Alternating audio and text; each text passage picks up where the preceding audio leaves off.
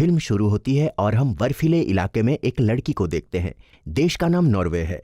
वो भाग रही थी और ऐसा लगता था जैसे वो अपनी जान बचा रही थी, क्योंकि वो ज़ॉम्बी द्वारा पीछा की जा रही थी।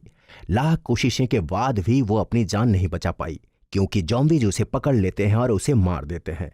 उसके बाद हम कार में 7 लोगों को देखते हैं जो दोस्त थे। वे कहाँ जा रहे थे? वे वास्तव में अपना ईस्टर फेस्टिवल सेलिब्रेट करने के लिए जा रहे थे। वे जिस स्थान पर जा रहे थे उसका नाम ऑक्सफोर्ड है और वो पहाड़ों के पीछे था, जहां वेगार्ड का एक दोस्त भी था और उसका एक केविन था। उन्हें वहीं रुकना पड़ा। वे जिस रास्ते से होकर जा रहे थे वो लड़की उसी मार्ग में आ रही थी, उसके ऑपोजिट था। जब वे ऑक्सफोर्ड पहुंचते हैं तो वे अपनी कार पार्क कर लेते हैं, क्योंकि गाड़ी आगे नहीं बढ़ पाती, क्योंकि वो बर्फीला और पहाड़ी इलाका था। उसके बाद हम वेगार्ड को अपनी स्नो बाइक की सवारी करते हुए देखते हैं और सब उसके पीछे जाते हैं। वे अंततः उस केबिन में पहुंचते हैं जहां वे जाना चाहते थे। वो बर्फ में बहुत अच्छा समय बिताते हैं। उसके बाद रात हो जाती है। लीव घर जा रही थी, लेकिन वो देखती है कि कोई पहले से ही है। वो बहुत डरती है और केविन की ओर भागती है और सभी दोस्तों को बताती है कि उसने वहां कुछ देखा है। वे सभी खड़े हो जाते हैं और देखने जाते हैं कि वहां कौन है। जब वे वहां पहुंचते हैं तो उन्हें वहां कुछ भी नहीं दिखाई देता। उसी समय वहां पर एक आदमी आ जाता है और वो उनसे कॉफी मांगता है। कॉफी मांगने के बाद वो एक अजीब हरकत करता है, और वो ये था कि कॉफी के बजाय उनके बियर को उठाकर पीता है। वो ऐसा ट्रीट कर रहा था कि उसका अपना घर हो, जैसे लोग उसे लंबे समय से जानते हों। उसके बाद वो उस जगह के डार्क पास्ट के बारे में बताने लगता है। वो बताता है कि जब सेकेंड वर्ल्ड वॉर हुआ था उस स्थान पर, तब नाजियों ने कब्जा कर लिया था। कर्नल हर्जोग उस स्थान के प्रभारी थे। उन नाजियों ने निवासियों का जीवन को बहुत कठिन बना दिया, लेकिन इसके बाद उन्हें अपनी हार का एहसास होने लगा, और जब उन्हें लगा कि वो हार जाएंगे तो वे वहां से चले गए। उन्होंने वहां रहने वाले लोगों के लिए बहुत कठिन परिस्थितियां रखी। वे लोग उनसे बहुत गुस्से में थे और उन्होंने उन्हें मार डाला, और उनके सैनिक भी वहां से भाग गए, जिसके बाद उनका कैप्टन भी वहां से भाग गया। लेकिन ठंड इतनी ज्यादा थी कि वहीं उसकी मौत हो गई। वो कहते हैं कि मुझे यकीन है कि आज भी वो बुरी शक्तियां वहां मौजूद है, और मैं चाहता हूं कि वो कभी ना उठे। तभी उसमें मौजूद राय उस पर हंसने लगते हैं और उसका मजाक उड़ाने लगता है। उनका दावा है कि हम मेडिकल छात्र होने के कारण ऐसी बातों पर विश्वास नहीं करते। वो यह भी कहता है कि हम नहीं जानते कि वे बुराइयां और उनकी शक्तियां क्यों लुप्त हो गई। उसकी बात सुनकर वो व्यक्ति बहुत गुस्सा हो जाता है और गुस्से में उसे पकड़ लेता है और कहता है कि जब आपकी आंतों को बाहर निकाला जाएगा तो क्या आप उसका इलाज कर पाओगे। वो उन्हें वार्निंग देता है और वहां से चला जाता है और अपना टेंट पास में लगाता है। वो गुस्से में था और खाना खा रहा था। कुछ देर बाद कुछ आवाजें सुनाई दी, लेकिन उसे नहीं पता था कि वे किसकी आवाजें हैं। वो आवाजों के बारे में जानने के लिए बाहर जाता है। वो ज़ॉम्बी को पास में खड़ा देखता है। वो उस ज़ॉम्बी से अपनी जान बचाने के लिए सोच ही रहा था कि एक और ज़ॉम्बी उसके पास आता है और उसका गला काट देता है। वो अभी भी किसी तरह अपने टेंट की ओर भागने में सफल हो जाता है। ज़ॉम्बी भी उसका पीछा करता है और उसे मार देता है। उनकी कहानी पर वेगार्ड का बहुत प्रभाव था और उसे उसकी दोस्त सारा की चिंता थी। वो फैसला करता है कि वो सारा को खोजने जाएगा। वो अपने दोस्त से कहता है कि वो जा रहा है। उसके बाद वेगार्ड वहां से चला जाता है। जैसे ही वो चला जाता है वो फिर से एंजॉय करना शुरू कर देता है, क्योंकि कोई भी उस आदमी को गंभीरता से नहीं ले रहा था। दूसरी तरफ वेगार्ड सारा को ढूंढ रहा था और उसे ढूंढते हुए वो उसी व्यक्ति के पास पहुंचता है। वो वहीं रुक जाता है और उस आदमी को मरा हुआ देखता है। उसकी चाकू मारकर हत्या की गई थी। इसके अलावा वो खूनी पैर के निशान की खोज करता है। उसे पता नहीं है कि वो कहाँ जा रहे थे, लेकिन वो एक निशान के पीछे जाता है। फिर उसका पैर गड्ढे में फंस गया और वो गिरने लगता है। उधर घर में सभी बात कर रहे थे और उन्होंने एक संदूक खोलना आरंभ किया। संदूक खोलते ही वे हैरान रह जाते हैं। उस बॉक्स में क्या था जो कांसे का बना हुआ था? वो सोना वहां कहां से आया? उनका दिमाग आखिरकार नाजियों के बारे में सोचता है। उनका मानना है कि ये वही सोना था जिसे नाजी चुरा रहे थे, लेकिन मार्टिन कहते हैं कि नहीं, आप सब गलत सोच रहे हैं। फिर एलेंड घर में प्रवेश करता है और क्रिस भी उसका पीछा करता है। उसके बाद एलेंड वापस आ जाता है, लेकिन क्रिस नहीं आता। वो कहाँ चली गई है? क्योंकि वो अभी भी आउट हाउस में थी। वो वहां थी क्योंकि वो मानती है कि एलेंड उसके साथ मजाक कर रहा होगा, क्योंकि उसे ऐसा लगता है जैसे कोई उसे बाहर से देख रहा हो। वो सोच रही थी कि अचानक कोई ज़ॉम्बी उस पर हमला कर दे। वो बहुत रोती है और केविन की ओर दौड़ती है, लेकिन केविन में मौजूद लोग लाउड म्यूजिक सुन रहे थे, इसलिए वो क्रिस की आवाज नहीं सुन सके। लेकिन हिना सुनती है। वो म्यूजिक को बदल देती है और उस आवाज को ध्यान देती है जो उसने सुनी थी। फिर एक ज़ॉम्बी क्रिस को पकड़ लेता है और वो उसे अपने साथ ले जाता है। हेना ढूंढती रहती है लेकिन उसे कुछ नहीं मिला। वो सोचती है कि कुछ तो गड़बड़ है। वो कहती है कि मुझे ठीक नहीं लग रहा है। उनके 3 करीबी दोस्त मौजूद थे।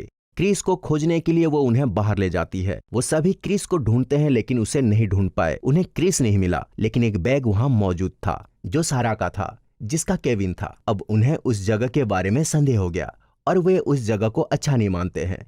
हिना लगातार बाहर देख रही थी। जैसे ही वो बाहर देख रही थी, अचानक क्रिस सामने आता है और वो संतुष्ट हो जाती है। कुछ देर क्रिस को देखने के बाद उसे पता चलता है कि ये केवल क्रिस का सिर था। वो जोर से चिल्लाती है। लिव हिना के चिल्लाने के बारे में पूछने के लिए दौड़ती है। वो बाहर भी देखती है लेकिन उसे कुछ दिखाई नहीं देता।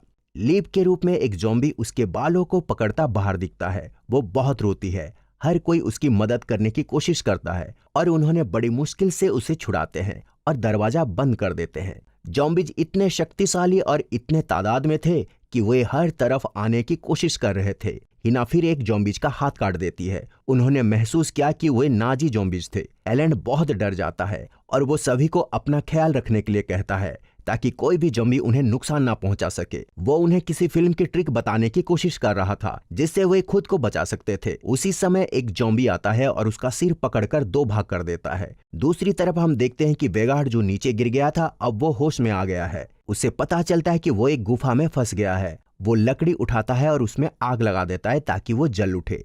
फिर वो अंदर आता है, यह देखने के लिए कि वास्तव में वो क्या था। उसे पता चलता है कि यह एक गुप्त रास्ता था, जैसे कि उसे वहां हथियार मिलते हैं और उनके साथ हेलमेट भी थे। जब वो हेलमेट देख रहा था तो उसे सारा का सिर वहीं पड़ा मिला। सारा की मौत हो गई है। यह सब देखने के बाद सुरंग से बाहर आता है। जैसे ही वो बाहर आता है, एक ज़ॉम्बी उसे पकड़ लेता है, लेकिन वो उस ज़ॉम्बी से लड़ता है और अपनी जान बचाने की कोशिश करता है। लेकिन साथ ही साथ एक और ज़ॉम्बी जो जमीन से बाहर आती हुई दिखाई देती है। वहीं केविन में मौजूद बाकी लोग प्लान बना रहे थे। उनका कहना है कि 2 लोग ज़ॉम्बी को बातचीत में शामिल करेंगे ताकि उनका ध्यान बंट सके और बाकी दोनों कार से मदद लेंगे। उसके बाद हम मार्टिन और रॉय को देखते हैं।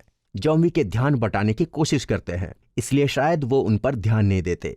दूसरी ओर हिना और लीव मदद के लिए कार की ओर दौड़ते हैं। वे दोनों रास्ता भूल जाते हैं। इतनी बड़ी मुश्किल में फंसने के बाद अचानक एक ज़ॉम्बी दिखाई देता है।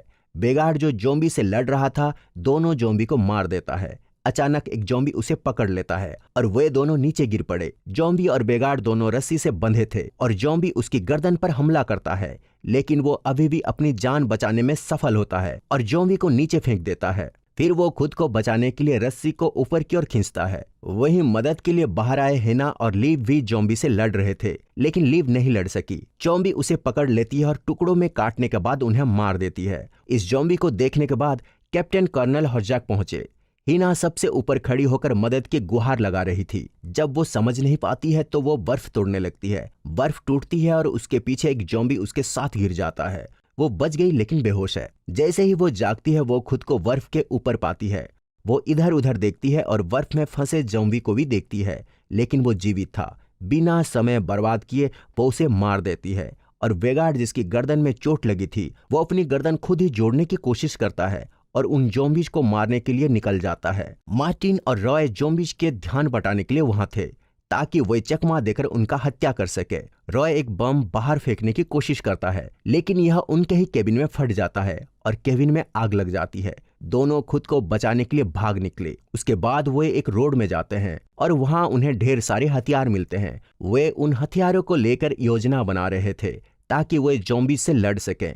जैसे ही वे बाहर आते हैं, वहां ज़ॉम्बीज की सेना दिखाई देती है। उन हथियारों के सहारे वे एक के बाद एक ज़ॉम्बीज को मारते हैं। जैसे ही ज़ॉम्बी मरते हैं, और भी ज़ॉम्बीज दिखाई देते हैं। उनके सामने ढेर सारी ज़ॉम्बीज आ जाते हैं और वेगार्ड वहां पहुंच जाते हैं। वो अपनी मशीन गन से फायर करता है और सभी ज़ॉम्बीज को मार डालता है। उसके बाद कई ज़ॉम्बीज दिखाई देते हैं, लेकिन वेगार्ड उन्हें भी मार देता है। उसके बाद उसके साथ बहुत बुरा होता है। कई ज़ॉम्बीज उस पर हमला कर देते हैं और उसके पैर और हाथ तोड़ देते हैं। ये सब उसके दोनों दोस्त देख रहे थे। मार्टिन गुस्सा हो जाता है और उन ज़ॉम्बीज को बुरी तरह से मारना शुरू कर देता है। जब वो ज़ॉम्बीज को मार रहा था, तभी अचानक हेना वहां पहुंच गई। वेगार्ड की पीठ पर खड़ी थी। वो उसे ज़ॉम्बी समझता है और उस पर हमला भी करता है और उसके गले में आरी से वार करता है। वो मरने लगती है और जब मार्टिन देखता है कि वो बहुत दुखी हो जाता है, लेकिन ये समय अफसोस का नहीं बल्कि उनकी जान बचाने का था, क्योंकि वो जॉम्बी की सेना का सामना कर रहा था। जब मार्टिन उन्हें मार रहा था तब एक जॉम्बी उनके हाथ पर हमला कर दिया।